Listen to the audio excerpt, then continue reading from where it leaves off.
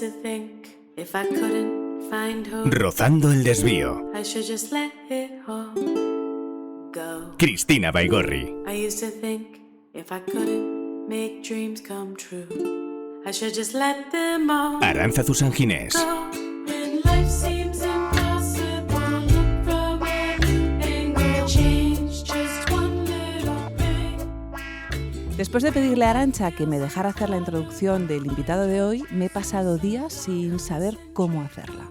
Os confieso que esta entrada me ha hecho tirar folios enteros, nada me parecía ni apropiado ni interesante. Me he dado cuenta de que me resistía a abordar lo que me hace sentir su nombre, el nombre del invitado de hoy. Me impresiona, de hecho. Y en concreto me di cuenta cuando lo dije en alto, porque al decirlo en alto me trasladó a mi familia, a mis seres más queridos, a mi núcleo. Las diversas entregas de su obra están ancladas con fuerza a mis recuerdos, en concreto a 3 de ellos. El primero de ellos es En una sombra. Una sombra bajo 4 moreras a la hora de la siesta en pleno mes de agosto. Allí casi todos los de mi familia descubrimos a sus personajes, sus personalidades y las aventuras por las que el autor los hacía pasar. El siguiente recuerdo es una habitación de hospital. Los que entrábamos y salíamos cada día comentábamos cómo él, nuestro invitado, nos dejaba ver algo más de los miedos y los deseos de esos curiosos protagonistas. Y de nuevo, las investigaciones de los crímenes. Y el último de mis recuerdos es algo más cercano. En un vuelo nocturno, de vuelta de unas vacaciones de verano, sus criaturas literarias ocuparon el asiento contiguo y me llevaron a descubrir a otro asesino mientras sus asuntos no resueltos, sus pequeños traumas, sus cositas, los humanizaban aún más. Sombra, habitación y avión. I'll take in the law, I'll give back the law,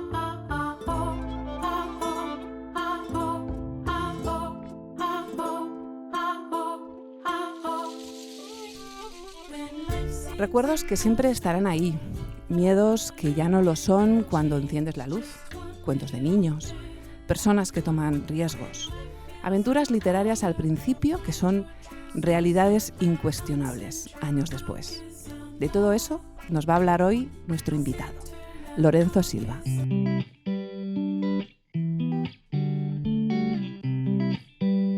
Hola, Lorenzo.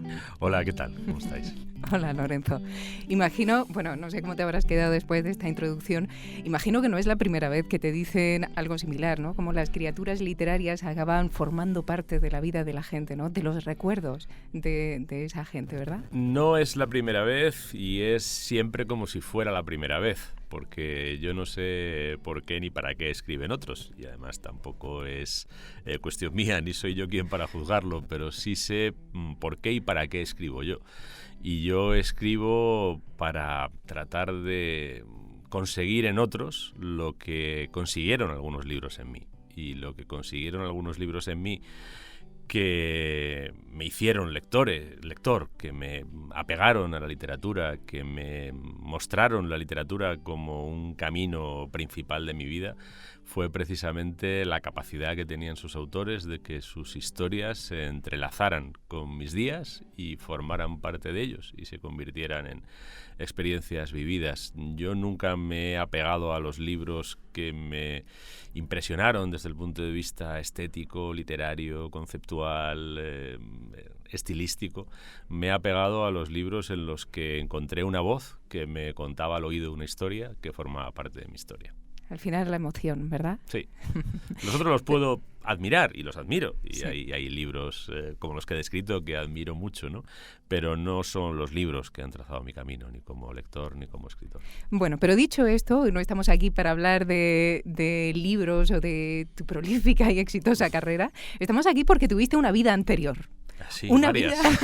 Varias. Una vida anterior en la que fuiste abogado, asesor fiscal y Auditor un de momento, cuentas. Ahí estamos, y auditor de cuentas también, ¿no?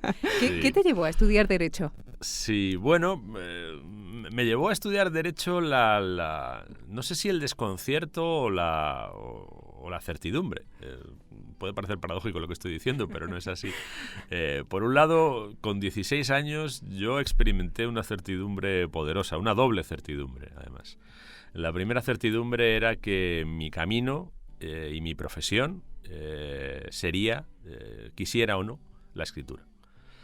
Mi profesión personal, lo que yo sentiría siempre como mi profesión y que impediría que pudiera sentir cualquier otra como mi verdadera profesión, era la escritura, la literatura. Y esa certidumbre se anudó a otra, no sé si porque yo era hiperresponsable o hiperprudente o hiperpesimista, no lo sé, pero bueno, creo que era bastante realista, ¿no? Me di cuenta de que, o asumí como certeza, que yo nunca me iba a ganar la vida con eso. Que yo nunca me iba a ganar la vida con mi profesión. Vale. Que yo era una persona a la que le había tocado en la vida tener una profesión con la que no se podía ganar la vida. Y entonces tenía una necesidad que no tenían otras personas, las personas que experimentaban la vocación o el deseo profundo de ser médicos, abogados, ingenieros o pilotos de aeronaves, tenían la posibilidad de que coincidiera la profesión que tenían con su medio de vida. Yo no tenía esa posibilidad, a mí no se me otorgaba ese derecho ni esa ventaja. Y lo asumí con deportividad. Y entonces asumí que yo me tendría que buscar otra profesión simultánea, que para muchos sería mi profesión y que convertiría mi profesión verdadera en algo clandestino que yo llevaría por debajo y que a lo mejor nunca nadie me reconocía, pero que tenía que buscarme otra profesión que me permitiera vivir, que me permitiera ganarme la vida, ya que la que yo sentía como mi profesión, yo en aquel momento di por descartado que me fuera a mantener jamás, ¿no? Eso me hizo plantearme qué ser y qué hacer. Y aquí es donde viene el desconcierto. Yo, la verdad es que fui buen estudiante siempre. Y no fui un estudiante de los que se le dan mejor las letras que las ciencias. Se me daban bien las ciencias, además me gustaban. Y me gustaban las matemáticas, y me gustaba la física, y me gustaba la biología, pero también me gustaba la filosofía, y también me gustaba la literatura, y también me gustaba la historia. Y de ahí vino mi desconcierto. ¿Qué hago? ¿Qué hago con mi vida? En tercero de BUP, que era donde uno tenía que elegir antes, ciencias o letras. Pues yo escogí ciencias, porque como tampoco lo tenía claro, y digo, bueno, pues yo leer siempre podré leer, historia siempre podré aprender por mi cuenta. Hombre, aprender física cuántica uno solo es un poco más complicado, o aprenderte el ciclo de Krebs tú solo es un poco más complicado, o aprender cálculo diferencial tú solo. Madre quizá... mía, el ciclo de Krebs, ¿te acuerdas de eso? Sí, me acuerdo de todo. Para mí es todo chino, lo que estáis diciendo. Yo soy muy de letras. Biología, tuve muy buenos profesores, tanto de matemáticas como de física como de bioquímica. Me acuerdo del efecto Compton, que fue lo que me cayó en selectividad, en física. Y bueno, lo hice para tener todas las vías abiertas. Yo, no sé, no me acuerdo muy bien, pero creo que mis opciones de selectividad al final acabé poniendo Derecho, Exactas, Medicina, Física y no sé qué más, ¿no? Bueno, entré en Derecho porque tenía nota. Mis profesores de ciencias no comprendieron que no me postulara para telecomunicaciones. Era uno de los pocos que tenía nota para entrar en telecomunicaciones y no lo hice y no lo entendieron. Pero yo sí tenía claro que no quería ser ingeniero de telecomunicaciones. Eso sí que no me atraía. Sí me atraía la medicina o sí me atraía la física pura y dura, pero no me atraían las telecomunicaciones. Entonces, al final acabé escogiendo Derecho. Pues mira, si te digo, es que se juntaron varias cosas. Desde el desconcierto puedes decidir casi cualquier cosa, ¿no? La primera fue que pensé que era una formación muy versátil, es decir, que te abría muchas puertas simultáneamente. Lo segundo que pensé es que era algo que tenía que ver mucho con algo en lo que yo me llevaba adiestrando desde pequeñito, ¿no? Que es el uso del lenguaje. El fondo del derecho es un lenguaje, ¿no? Y que eso me podía ayudar. Y luego lo que fue definitivo, y esto puede parecer un poco chusco si se quiere, pero es la verdad, y la verdad hay que ponerla por delante siempre. En Derecho, en primero solo había 4 asignaturas y yo quería hacer la mili en primero de carrera. Y entonces me venía mejor la carrera que tenía menos asignaturas en primero para poder hacer la mili, que la hice, y no perder ningún año. Me matriculé en Derecho por la tarde y conseguí sacar primero sin problemas mientras hacía la mili, que es un problema que teníamos solo los varones antes. Sí. Solo los varones, lo recalco, teníamos ese problema en mi generación. Y terminas Derecho, te pones a ejercer. ¿Cómo recuerdas esos años? Porque claro, estabas, como decías antes, un poco abogado por la mañana o durante el día y escritor de noche. ¿Cómo fue aquello? Tuve un proceso intermedio que fue la carrera. La carrera yo me dediqué a estudiar lo que tenía que estudiar, desde el derecho romano hasta el procesal, pasando por economía el o penal, hacienda pública, ¿no? o financiero, o penal, o civil, o mercantil, o administrativo.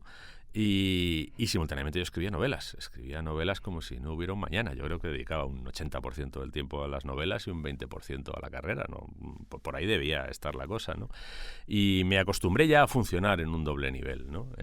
La carrera, bueno, en algún curso fue más exigente, cuarto era un curso exigente en Derecho en mi tiempo, pero en general combiné las dos cosas y combiné la escritura. Yo escribí 3 o 4 novelas durante la carrera y alguna bien gorda, bien mala también, pero bueno, pero lleva el mismo tiempo hacer una novela mala que buena, eso no, y el mismo esfuerzo casi.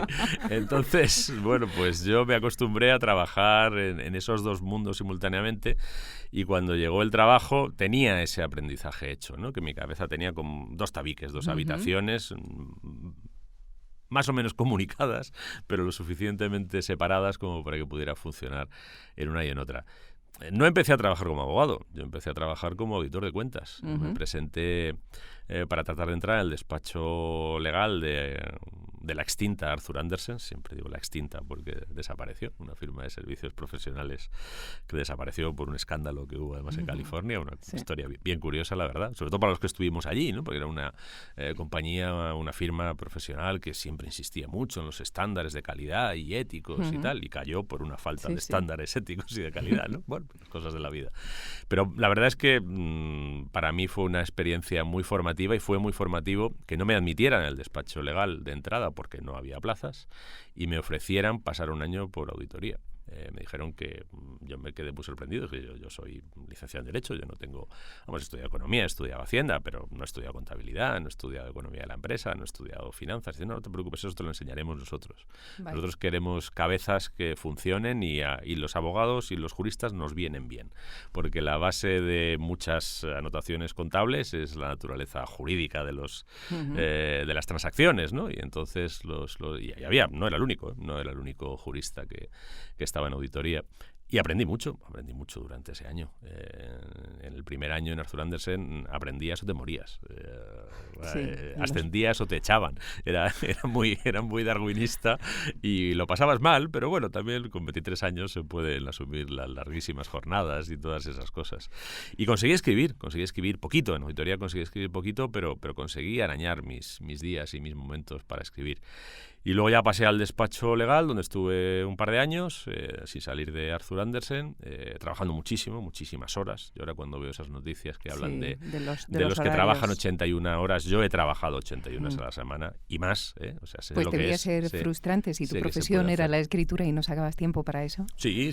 Yo pasé algún momento de bastante infelicidad personal en aquellos años, ¿no? Y yo desde luego lo que sí entendí rápidamente es que yo no me iba a quedar en Arthur Andersen. Es decir, yo iba a estar un tiempo para formarme y en cuanto pudiera buscaría otro lugar en el que no se viviera tan mal. Y a mí me iba bien, ¿eh? Yo era de los que ascendían, no me echaban, y me subían el sueldo cada año. Pero bueno, precisamente aquí empecé a recordar, no lo olvidé nunca, pero sí a dar prioridad a mi vocación, mi verdadera vocación, que era la literatura. Cuando yo vi que seguir en Arthur Andersen era compatible con con la proyección profesional y con un enriquecimiento económico personal exponencial, pero no con la literatura, pues empecé a pensar que en la primera oportunidad profesional que yo tuviera me bajaría de ese tren y me subiría a otro. Y al cabo de 3 años me llegó una oferta para irme a una gran compañía del IBEX, a la asesoría jurídica. No es que fuera un balneario,